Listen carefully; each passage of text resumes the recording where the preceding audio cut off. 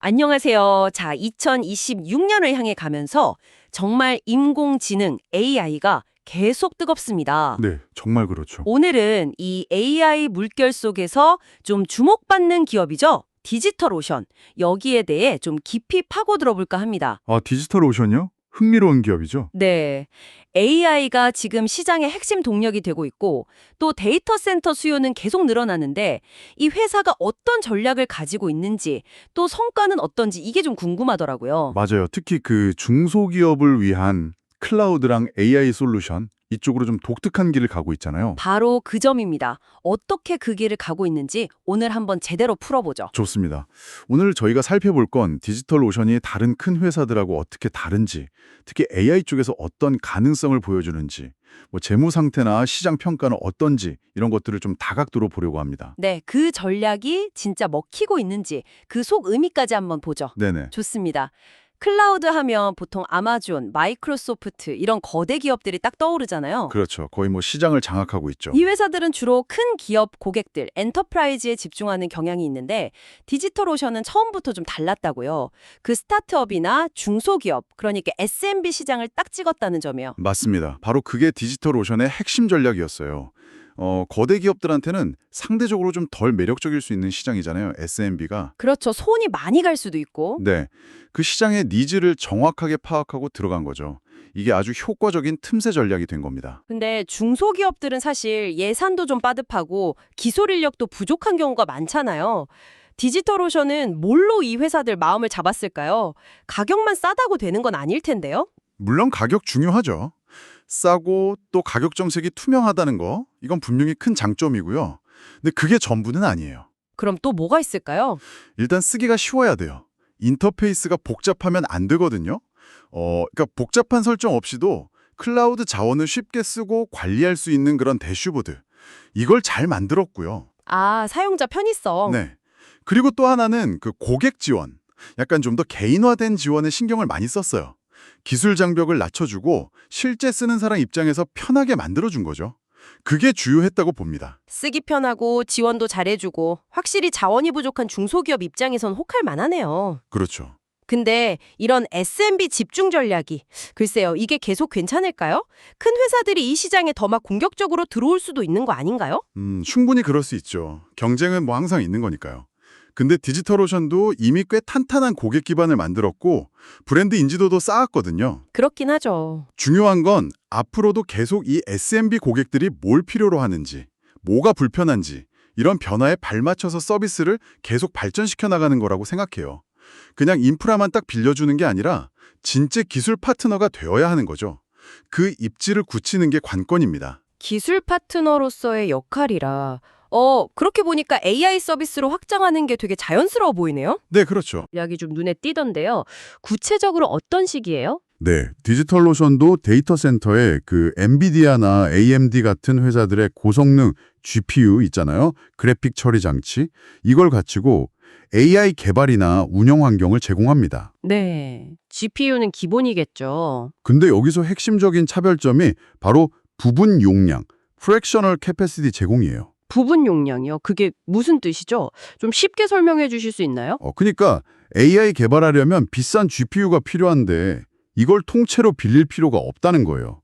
아주 작은 단위? 예를 들면 그냥 GPU 하나부터 시작해서 딱 필요한 만큼만 빌려 쓸 수 있게 해주는 거죠. 아, 마치 큰 공장 전체를 빌리는 게 아니라 그냥 작업대 하나랑 도구 몇 개만 빌려 쓰는 느낌? 네, 비슷해요. 딱 그런 비유가 맞겠네요. 아하, 그러면 웹사이트에 그냥 간단한 챗봇 하나 달거나 아니면 작은 데이터 분석하는 거 이런 작은 AI 프로젝트부터 그냥 부담 없이 시작해 볼 수 있겠네요. 그렇죠. 초기 투자 비용이 확 줄어드니까 AI 쓰고는 싶은데 좀 망설였던 중소기업들한테는 이게 정말 매력적인 거죠. 와, 이건 정말 솔깃한데요. 바로 그 점입니다. AI 기술을 쓰는 문턱을 확 낮춰주는 효과가 있는 거예요. 그리고 이것뿐만이 아니고요. 그레디언트라고 클라우드 기반의 AI 개발 환경도 제공하는데요. 그레디언트요? 그건 또 뭐죠? 이건 뭐랄까 온라인 코딩 작업실 같은 거예요. 복잡하게 뭐 설치하고 설정을 필요 없이 바로 웹에서 AI 모델 만들고 실험해 볼 수 있게 도와주는 거죠. 오, 편리하겠네요. 심지어는 엔트로픽 같은 다른 회사들이 미리 만들어 놓은 강력한 대규모 언어 모델, LLM이라고 하죠. 이런 걸 가져와서 활용할 수도 있어요. 다른 회사 모델까지 쓸 수 있다고요? 네. 그러니까 회사 내부에 AI 전문가가 좀 부족해도 비교적 쉽게 AI 솔루션을 만들고 도입할 수 있게 되는 겁니다. 이야, 정말 AI 기술 쓰고는 싶은데 어디서부터 해야 할지 막막했던 회사들한테는 진짜 도움이 되겠네요. 이런 접근 방식이 시장에서는 어떤 의미가 있을까요? 이걸 좀 더 큰 그림에서 보면요. 저는 이게 AI 기술의 민주화에 기여한다고 봐요. 기술 민주화요? 네. 예전에는 정말 돈 많고 전문 인력 많은 대기업들이나 쓸 수 있었던 고급 AI 기술들을 이제는 더 많은 기업들, 특히 자원이 좀 부족한 중소기업들도 활용할 수 있게 되는 거잖아요. 그렇죠. 문턱이 낮아지니까. 시작은 작게 하고 회사가 커감에 따라서 유연하게 확장할 수 있다는 거. 이게 중소기업한테는 정말 엄청난 기회를 열어주는 거거든요. 기술을 보편화하고 접근성을 높인다는 면에서 디지털 오션의 역할이 상당히 중요해 보입니다. 기술 민주화라는 관점 아주 흥미롭네요. 자, 그러면 이런 전략들이 실제로 숫자로도 좀 나타나고 있나요? 재무 성과를 좀 봐야 할 것 같은데요. 최근에 성장세가 좋다고 들었어요. 네, 맞습니다. 최근 3분기 실적을 보면 주목할 만한 흐름이 확실히 보여요. 매출이 작년 같은 기간보다 16% 늘어서 2억 2,960만 달러를 기록했거든요. 16%요? 네. 근데 이게 바로 직전 분기 성장률이 14%였는데 그거보다 더 높아진 수치예요. 그러니까 성장이 다시 빨라지고 있다. 이런 신호로 볼 수 있는 거죠. 성장이 가속화된다는 건 좋은 소식인데요. 그럼 그 원동력이 뭘까요? 혹시 아까 얘기했던 그 AI 관련 사업 영향이 큰가요? 정확합니다. 이 성장 가속화의 핵심에 바로 그 AI 관련 매출이 있어요. 놀랍게도 AI 매출이 5분기 연속으로 2배 이상 증가하는 모습을 보이고 있습니다. 5분기 연속 2배 이상이요? 와. 네, 디지털 오션 플랫폼이 AI 작업을 하려는 기업들한테 점점 더 매력적인 선택지가 되고 있다는 걸 보여주는 거죠. 이건 정말 인상적인 수치예요. 정말 대단하네요. 혹시 그 큰 손 고객들, 돈 많이 쓰는 고객들은 좀 어떤가요? 중소기업 위주라고는 하지만 그래도 큰 고객 잡는 것도 중요할 텐데요. 그 부분도 좋아지고 있어요. 연간 100만 달러 이상 쓰는 고가치 고객들 있잖아요. 이 고객들로부터 나오는 연간 반복 매출, ARR이라고 하는데 이게 3분기 말 기준으로 1억 1천만 달러였어요. 1억 1천만 달러? 네, 근데 이게 1년 전보다 무려 72%나 급증한 겁니다. 72%나요? 와. 그러니까 확실히 AI 역량을 바탕으로 좀 더 큰 규모의 계약도 잘 따내고 있다. 이렇게 볼 수 있는 거죠. 성장세가 정말 뚜렷한데 혹시 비용은 좀 어떻게 관리하고 있나요? 보통 이렇게 막 빠르게 성장하면 운영 비용도 같이 확 늘어나기 마련이잖아요. 바로 그 지점이 디지털 오션 재무 성과에서 또 하나 재미있는 부분이에요. 놀랍게도요. 이렇게 매출이 쭉쭉 느는 동안에 3분기 총 운영 비용은 작년 같은 기간이랑 거의 비슷하게 유지했어요. 네. 매출은 16% 늘었는데 비용은 그대로라고요? 네, 거의 같은 수준이었어요. 와, 그럼 수익성이 엄청 좋아졌겠는데요? 그렇습니다. 그래서 회계 원칙 갭 기준으로 보면 3분기 순이익이 1억 5,830만 달러가 나왔는데 이게 작년보다 381%나 폭증한 거예요. 381%요? 엄청나네요. 네.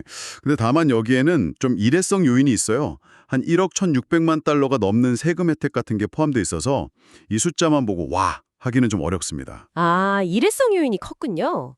그럼 그런 좀 특별한 요인들 빼고 실제 사업 운영으로 번 핵심 이익은 어떻게 변했는지도 봐야겠네요. 네, 좋은 지적이세요. 그래서 보통 이런 일회성 항목들을 뺀 조정순이익, 어저스티드 프로핏을 같이 보거든요. 이 조정순이익도 3분기에 5,730만 달러로 작년보다 8% 증가했어요. 8% 증가? 아까 그 381%에 비하면 작아 보이긴 하는데. 그렇죠. 폭발적인 순이익 증가율에 비하면 작아 보일 수 있지만 중요한 건 핵심 사업 자체의 수익성이 꾸준히 좋아지고 있다는 걸 보여주는 거거든요. 비용을 효과적으로 관리하면서 성장을 만들어내고 있다는 거죠. 이게 디지털 오션의 운영 능력을 보여주는 부분이라고 할 수 있습니다. 아, 그러니까 겉으로 보이는 성장도 좋고 속으로도 내실을 다지고 있다. 뭐 이런 얘기군요. 두 마리 토끼를 잡고 있는 거네요. 네, 그렇게 볼 수 있겠습니다. 이야, 이거 정말 대단한데요? 그러면 현재 시장에서는 이 회사의 가치를 좀 어떻게 보고 있을까요? 주가 수준이나 관련 지표들을 좀 짚어주시죠. 네, 가치평가 즉 밸류에이션을 보면요. 현재 주가가 회사의 실적이나 자산에 비해서 어느 정도 수준이냐 이걸 보는 건데요. 먼저 주가 매출 비율 PS라고 하죠. 이걸 보면 현재 약 5.9배 수준이에요. 5.9배요? 그게 높은 건가요? 낮은 건가요? 비 어느 정도인지 단을 잠을 잡으렴 과거랑 비교해보면 좋은데요. 디지털오션이 2021년에 상장한 이후에 평균 PS 비율이 한 8.3배 정도 됐거든요. 그거보다는 약 29% 정도 낮은 상태입니다. 아, 과거 평균보다 낮다. 그럼 상대적으로 좀 싸다고 볼 수도 있겠네요. 다른 지표는 또 없나요? 또 중요한 지표가 주가 수익 비율, PE인데요. 아까 말씀드린 그 조정된 이익 기준으로 보면 약 23.7배 정도 됩니다. 23.7배. 이건 다른 시장이랑 비교하면 어떤가요? 이게 기술주 중심의 나스닥 100 지수 평균 PE가 한 33.6배 정도 되고요. 더 넓은 시장을 보는 S&P 500 지수 평균 PE가 한 25.7배 정도 돼요. 그러니까 둘 다보다 낮은 수준인 거죠. 아, 다른 시장 평균보다도 낮군요. 야, 이런 숫자들만 딱 보면 지금 디지털오션 주식이 좀 매력적으로 보일 수도 있겠다, 이런 생각이 드는데요. 네, 충분히 그럴 수 있습니다. 다만 이 밸류에이션 지표가 낮다고 해서 무조건 싸다, 사야 된다 이렇게 생각하는 건 좀 위험할 수 있어요. 아, 그런가요? 왜죠? 시장이 그 회사의 미래 성장성에 대해서 좀 보수적으로 본다거나 아니면 우리가 잘 모르는 어떤 위험 요인이 있을 수도 있거든요. 그래서 중요한 건 이런 숫자들을 회사가 실제로 어떻게 성장하고 있는지 그 이야기랑 같이 봐야 한다는 겁니다. 아, 숫자만 볼 게 아니라 스토리랑 같이 봐야 한다. 그렇죠. 디지털오션 같은 경우는 우리가 앞에서 쭉 살펴봤듯이 매출 성장이 다시 빨라지고 있고 특히 미래 먹거리인 AI 분야에서 아주 뚜렷한 성과를 내고 있잖아요. 네, 그랬죠. 5분기 연속 2배 성장. 네, 이런 점들을 생각하면 현재 상대적으로 낮은 밸류에이션이 투자자들의 관심을 끌 만한 이유가 될 수 있는 거죠. 뭐랄까 시장이 아직 이 회사의 잠재력을 가격에다 반영하지 못하고 있을 수도 있다. 이런 가능성을 보여주는 겁니다. 단순히 숫자만 보는 게 아니라 회사가 그려가는 성장 그림하고 같이 맞춰봐야 한다는 말씀이시네요. 이해가 됩니다. 네. 그러면 디지털오션이 앞으로 공략할 수 있는 시장 자체의 크기는 어느 정도로 보나요?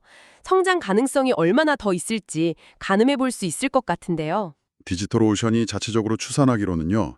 올해 자기들이 활동하는 총 주소 지정 가능 시장, 템이라고 하죠. 이 규모가 무려 1,400억 달러에 달한다고 합니다. 1,400억 달러요? 와, 엄청나네요. 네, 현재 디지털오션의 연간 매출 규모가 한 7억 달러 정도 수준이거든요. 이걸 생각하면 이건 뭐 아직 개척할 수 있는 시장이 어마어마하게 남아있다는 뜻이죠. 이제 겨우 시장의 아주 작은 부분을 공략하기 시작한 단계다. 이렇게 볼 수도 있습니다. 1,400억 달러라 정말 엄청난 기회가 앞에 놓여 있네요. 이런 잠재력을 시장 전문가들은 좀 어떻게 보고 있나요? 최근에 목표 주가를 올렸다는 얘기도 있던데요. 네, 그런 움직임이 있었어요. 뱅크 오브 아메리카나 캐네컷 제노이티 같은 주요 투자 기관들이 최근에 디지털오션 목표 주가를 60달러로 올렸습니다. 60달러로요? 네, 이건 시장 전문가들 사이에서도 디지털오션의 성장 전략, 특히 AI 쪽 잠재력을 꽤 긍정적으로 보기 시작했다. 이런 신호를 읽을 수 있죠. 긍정적인 신호군요. 물론 목표 주가라는 게 미래 예측일 뿐이고 실제 결과는 여러 변수에 따라 달라질 수 있다는 점은 항상 생각해야 합니다. 그렇죠. 그건 그렇죠. 하지만 시장의 기대감이 높아지고 있다는 점은 분명해 보입니다. 시장의 기대감이 커지고 있다는 점은 확실히 주목할 만하네요. 자, 오늘 디지털 오션에 대해서 정말 여러 각도에서 깊이 파고 들어봤습니다. 네, 그랬네요. 중소기업이라는 명확한 타겟 시장에 딱 집중하면서 사용하기 쉽고 접근성 높은 클라우드, 특히 AI 솔루션을 통해서 어떻게 차별화하고 성장하는지 살펴봤고요. 그 GPU 부분 용량 제공, 이게 참 독특했죠? 맞아요. 그 독특한 AI 전략하고 또 가속화되는 성장세, 비용 효율성, 그리고 현재 시장에서의 가치 평가까지 참 흥미로운 점들이 많았습니다. 네, 디지털오션의 사례는 우리에게 좀 중요한 점을 시사하는 것 같아요. AI 기술이 더 이상 일부 거대 기업들만의 것이 아니라는 것. 그리고 중소기업들도 충분히 이 기술의 혜택을 누릴 수 있는 환경이 만들어지고 있다는 점이죠. 네, 그 기술 민주화 말씀이셨죠? 맞습니다. 앞으로 이런 흐름이 얼마나 더 빨라질지, 그리고 그 과정에서 디지털오션 같은 기업들이 어떤 역할을 하면서 또 거대 기업들과의 경쟁 속에서 계속 성장을 이뤄낼 수 있을지 이걸 지켜보는 게 굉장히 흥미로운 관전 포인트가 될 것 같습니다. 정말 그렇겠네요. 자, 마지막으로 오늘 나눈 이야기를 바탕으로 우리가 좀 더 깊이 생각해 볼 만한 질문 하나 던져주시면 어떨까요? 이런 질문을 한번 스스로에게 던져보면 어떨까 싶어요. 과연 이 중소기업 시장에서의 성공 방식이 더 큰 규모의 엔터프라이즈 시장 경쟁에서도 그대로 통할 수 있을까? 아, 좋은 질문이네요. 혹은 지금처럼 정말 빠르게 변하는 AI 기술 환경 속에서 디지털오션은 어떻게 계속 혁신을 이끌고 경쟁 우위를 지켜나갈 수 있을까? 이런 질문들에 대한 답을 찾아가는 과정이 앞으로 디지털오션의 미래를 전망하는데 아주 중요한 실마리가 되지 않을까 생각합니다.